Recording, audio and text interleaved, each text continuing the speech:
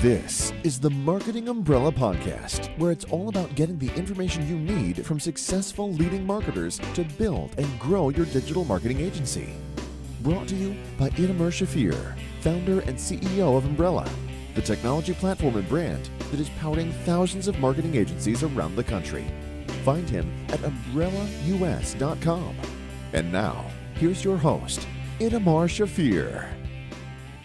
Welcome to the Marketing Umbrella Podcast, where we talk with successful marketing experts about ways to build and grow a digital marketing agency. My guest today is a brilliant marketing strategist and copywriter expert who helped both large direct marketers as well as hundreds of home-based entrepreneurs to use the internet to sell more effectively. He worked with the likes of Mark Victor Hansen, Robert Allen, Yannick Silver, and Dan Kennedy, to name a few. He's the author of the book, The Email Alchemist, and the founder of Levis International Marketing. I'm excited to say hello to Mr. Daniel Levis. Hi, Daniel. Hey, how's it going?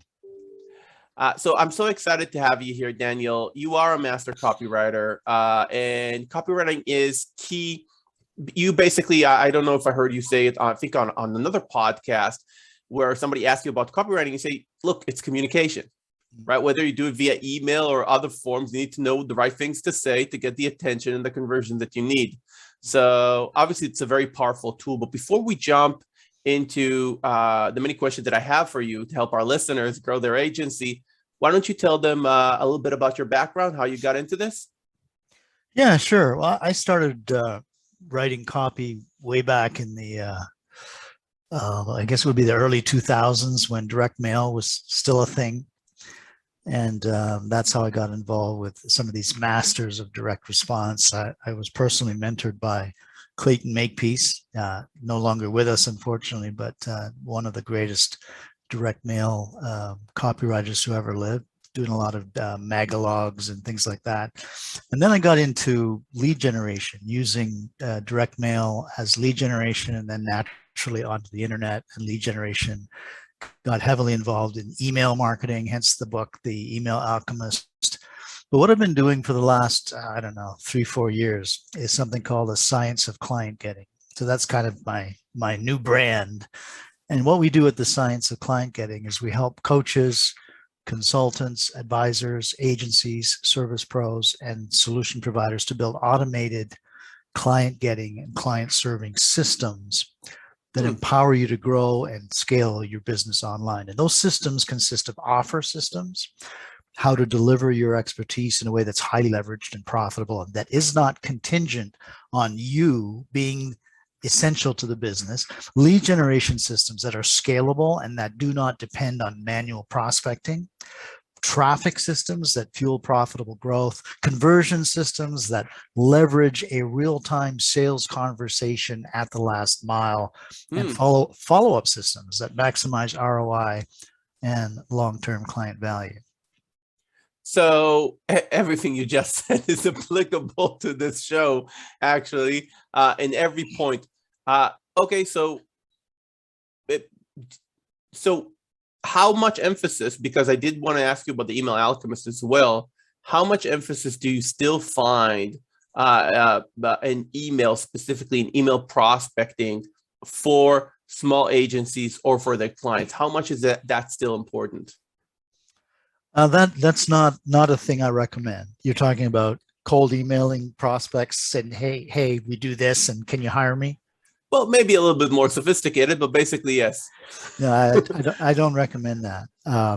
Email is the glue that ties your client getting machine together, but it's not something you sit there manually sending emails to people. No, it's automated, it's autoresponders, it's following up, it's building relationships one-to-many in a one-to-one way that's very personal and intimate. But sending cold emails out to, hey, can you hire me to do this or that? Forget it. Yeah. So what do you recommend today? So obviously you're looking at lead gen in a different way. You're saying, okay, don't do cold emails, for example. So what is hot today? What should people do to start bringing in those leads before we even talk about the automated funnels that follow up? Right. Well, there's two types of lead generation. There's like the outbound kind where you look desperate. You're not obviously not an authority, or you wouldn't be sitting there. You wouldn't have time to send them emails because you'd be busy working with clients. So that's the implicit subtext, the story that goes around when you do that outbound, any kind of outbound. Pick up the phone, do anything like that. Do anything outbound, and you got no authority. Inbound, however, you got tons of authority. And so specifically, how do you do that? Well, there are basically two ways to do it, right? You can use other people's lists or other people's money to pull prospects toward you. So as an expert, as an advisor, as an agency, your phone, your email account, your social media accounts, they only work one way, in incoming. Mm-hmm. And what we're doing, the best way to do that right now, we're using something called, it's basically taking advantage of artificial intelligence, and we call it a choose your own adventure funnel, or an anti-funnel is another way to look at it. So you can do it with paid advertising. You can do it with joint ventures with other people who have complementary prospect and client lists. And so what you're doing is you're basically advertising some sort of widget, some sort of lead generation magnet, some problem-solving information that's going to be attractive and helpful to your target. They come to your website, they request it, and it's kind of like a Trojan horse that goes in there like a sales letter in disguise, right, that gets them to book a call with you, where you then enroll them in your program. Okay, cool. So what do you feel about the notion in sales that maybe contradicts a little bit long funnels, where the minute somebody shows interest, they need to get on a call with the salesperson? Or you're thinking, or does your process is more, okay, let me beg the person till they reach some sort of scoring, and only then do I really want them on the phone? Mm-hmm. Yeah. How do you view that? I do that in 15 minutes. So from the time they see the ad to the time they've qualified themselves by answering 15 questions, it's 15 minutes. And then they need to get on a call with the rep. Then they need to book a call with the book rep. A call. Yeah. Which that call would occur, tomorrow or day after that. But not much longer, right? Because we know the time to call is very problematic, right? Yeah. The problem is you get too many leads, right? and they do end up going out too far. So then you got another problem. You need another salesperson. Right. That's the only fix. Is that the only fix? Right. That's the only fix, or a more qualifying process. Sometimes some people need. You could do that, but this system qualifies them so well that nobody's going to book a call on your calendar unless they're red hot and ready and super qualified. You can throw some of them away if you want, we do, but generally not that many. And what do you do about show-up rates? Because I know that's a disease. Like 50%. It's not a disease when you do it this way. We get probably 75%, 80% show-up. Why? Wow. Why? Because they're involved. They're interacting. I wish I had the URL to give you. Maybe I can give it to you after the podcast, and you can share it somewhere. But essentially, what it is people are coming to this web page, and they're watching a video, and within 30 seconds of watching that video, you ask them a question. They answer the question.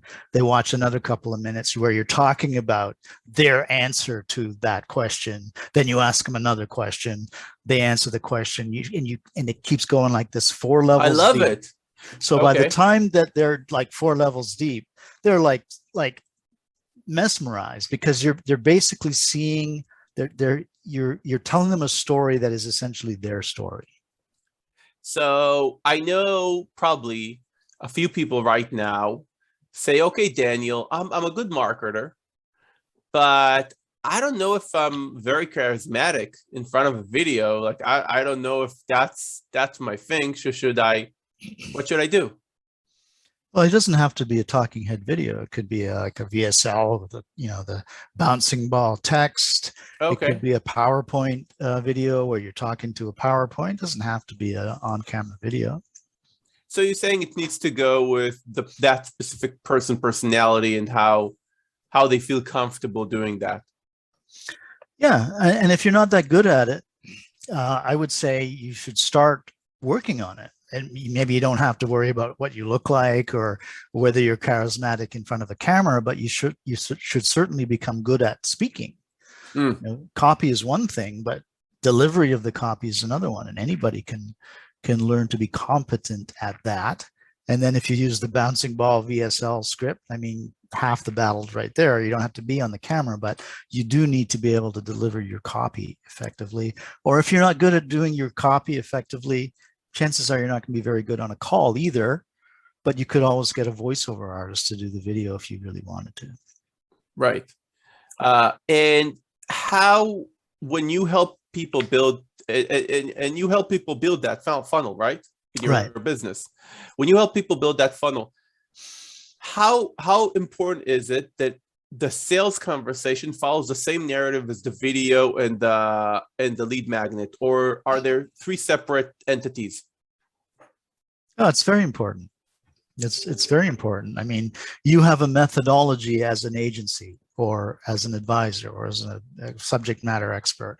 You have a methodology. So part of that video, part of that choose your own adventure thing is all about what's different, what's special about your methodology.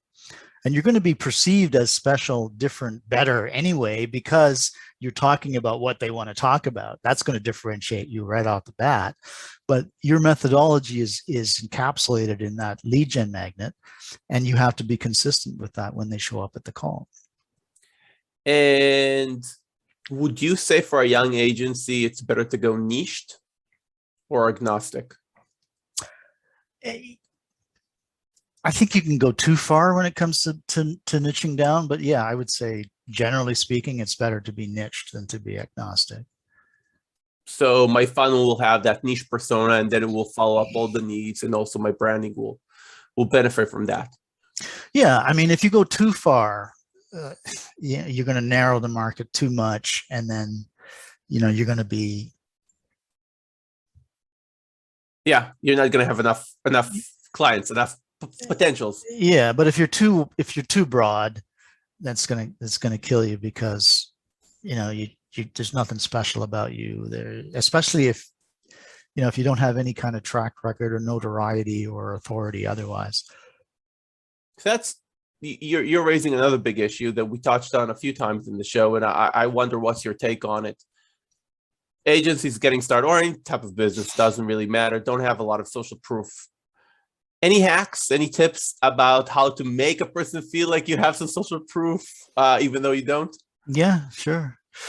One of the things that I do, and that not everybody can do, and the essential structure of a CYOA video is this. Like, so you come to my page, I'm going to ask you, what are you doing, B2B or B2C? That's my first question. Then I'll say, okay, so do you help your clients with their health, with their wealth, or with their relationships? Okay, so what is it? All right, so I talk a little bit about that, and I'll ask them, so where are you? Are you a startup? Are you, this revenue? Are you that revenue? Where are you at? And then I tell them a story about one of our clients. And as I'm going through that, I'm kind of revealing what's different, what's special, what's the methodology, right? So anybody can do that. And then in that final section where you're telling the story, you don't have to tell a story of one of your clients. You can tell just a story about somebody who used the same methodology. And what were the results? What's the before? What were the complications? What's the after of the story? And the efficacy of the method rubs off on you from those stories.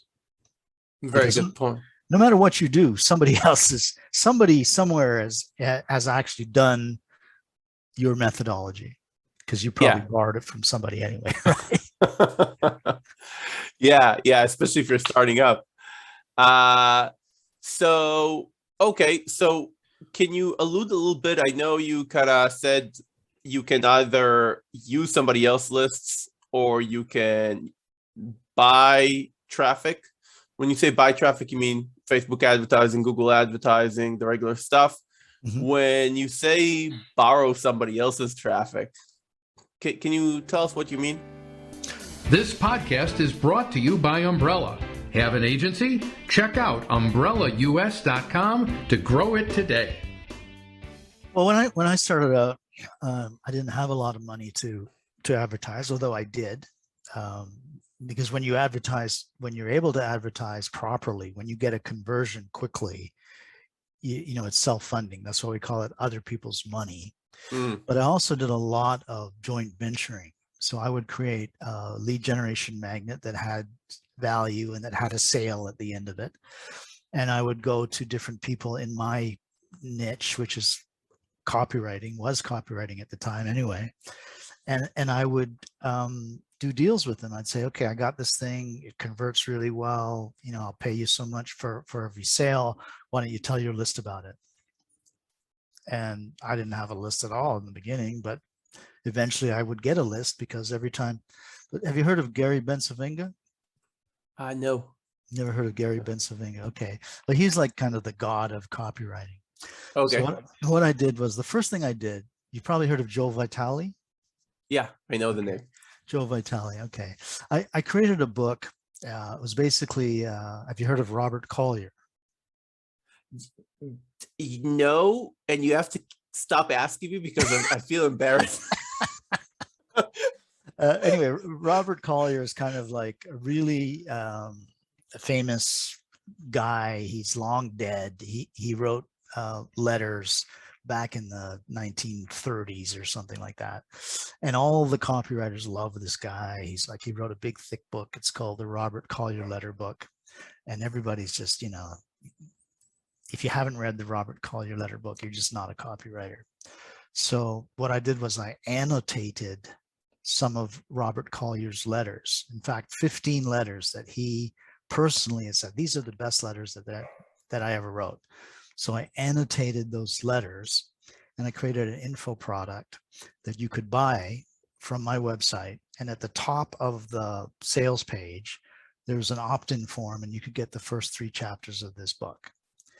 And so I'd go to these different, actually I went to Joe Vitale, who's like at the time he was a big shot in the copywriting world. And I said to him, hey, look, I wrote this book about Robert Collier. And I know you love Robert Collier too. And it would mean a lot to me if you could give me a testimonial if you like it. And so he replied back within half an hour with a testimonial. And then I replied immediately back and I said, okay, well, thanks very much for the testimonial. Would you like to promote this to your email list? And he had 100,000 people on his list, a lot of people that I wanted to target. Would you like to promote this to your list for a percentage of the sale proceeds? Or would you prefer to write a preface to the book? We'll call it our book. And I'll give you a cut of the sales, all the affiliate sales from here to forever. Nice. And he chose the latter. He wrote the foreword to the book and it became our book. And what do you think that did to my credibility as a nobody? Wow. That's spiked it, of course. Absolutely. It's amazing. So that's what I mean by other people's lists. And then I just duplicated that, cookie cuttered that process, the next thing I did was I interviewed Joe and I interviewed John Carlton and all these other, copywriting greats. And I turned it into a compilation interview thing. And I got all of these copywriters to promote that product to their list, paid them a commission, and grew a large email list that way. Amazing. And today, how much do you use that affiliation tactic versus paid media? About, I would say, half and half. Half and half. Okay. So we now know what happens to bring in clients. So you do certain partnerships or you just pay for traffic. Then use a lead magnet that needs to kind of chime with whatever you're an expert in, probably, right? Right. Which leads into some sort of qualification form that needs to be very specific. I'm dying to know what those 15 questions are, but I know we're not going to hear them now on the podcast. And then feel free to share one. Well, I already Your name. I already shared four of them. Oh, you right? shared four, right? So are you B2B, B2C? Are Right, you right. health, wealth, relationships? How much you're making? And then I tell the story, and then at the end of the story, I ask for permission to tell them about, what do I have? Would you like to know more? So they say yes, and then I tell them about the value that they will get when they come to the consultation. And then I say, so, and it all begins with, the information you're going to give me right now. Let's start with your name. And this is all a video that you're talking to the camera, asking questions, and it stops, and then they need to type the answer on the video? Yeah. Like, or below or something? No, right on the video. Right on the video? Yeah. Oh, that's cool. Okay, and then they book an appointment, and you're getting 75%. What do you do with the people that don't book an appointment? Do you have some sort of recycling email sequence? Yeah. So as they're watching the video, the moment they move their mouse away to the address bar portion of the browser, a pop-up comes and says, need leads, need better leads, or something like that. And then they can opt in for the email alchemist. And the funny thing is, most of the people that book an appointment have also requested the email alchemist, and then they go into a whole autoresponder sequence and other videos and other PDFs and other stuff to draw them back to the booking a call. But most of them book within 15 minutes. So do you recommend doing one funnel? Let's say you have multiple offerings, right?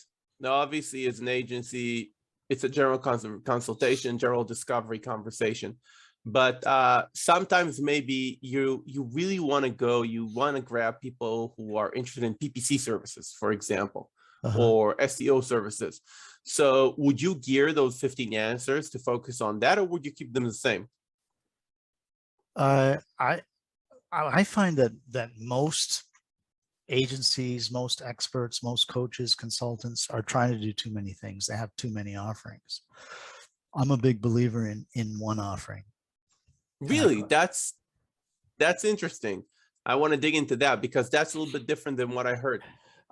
So a person might come and say, but Daniel, yes, I'm an expert on PPC SEO, but I have clients that want, website setup, and they want Facebook advertising, and they want reputation management. And I know that as soon as I'm going to give them, I'm going to say, I'm sorry, I can't do that. Somebody else is going to do that. And then they might take also my SEO PPC money at the end of the day. Yeah. So it's kind of that dilemma, right? And they're not wrong. Like, that's the way you hunt other clients of other agencies. We do that all the time. We steal clients, quote unquote, for other agencies because we're better. Yeah, but we get in. But that's not scalable. And like, when are you going to eat? When are you going to sleep? When are you going to have a life? Well, I have a solution for that, but I'm interviewing you now. I agree. You need to, I think you need to, there are solutions today in outsourcing to kind of at least have a person like the guy that you can refer to at the minimum that that you can count on to not take your clients away or kind of be an extra point to your client base. But for the sake of the funnel, you're saying keep it very focused, which is probably the right thing to do. Now, jumping from the funnels a little bit to you, Daniel, you talked before about some of your one of your failures and how you got over it as an entrepreneur. And I think that's also something that is key to people starting up or trying to build a small business and running into a lot of hardships. What can you share about that? Like what worked, what didn't work? When was the fall and when was the rise? Well, I'm not sure exactly what you're referring to, but I would say that, to be an entrepreneur is, it's a constant series of failures and the odd success. I mean, if you can't, if you're afraid to try things and fail, you're never going to be successful. It's like, I was going to quote Gene Schwartz, but maybe you don't know who he is either. I know who he is. Okay, good. So one of the things he says is if you're a copywriter and you're afraid to try crazy shit that in all likelihood is going to fail, you're not a good copywriter. And it's the same in business. You got to be, trying a lot of different stuff and knowing full well that a lot of it's going to fail, and just going into it with that mindset and not being upset about it, just moving on to the next thing until you hit a big time, because your failures are going to be small and your successes are going to be really big. That's nice.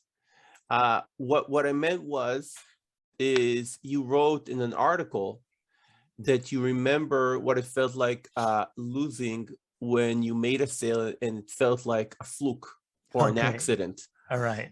No, but what you gave was wonderful. It's also very important, but I meant specific that imposter syndrome, maybe you were alluding to. Yeah. I think what I said was that I was giving myself permission to be diminished by the other person. And that's a big problem in sales, right?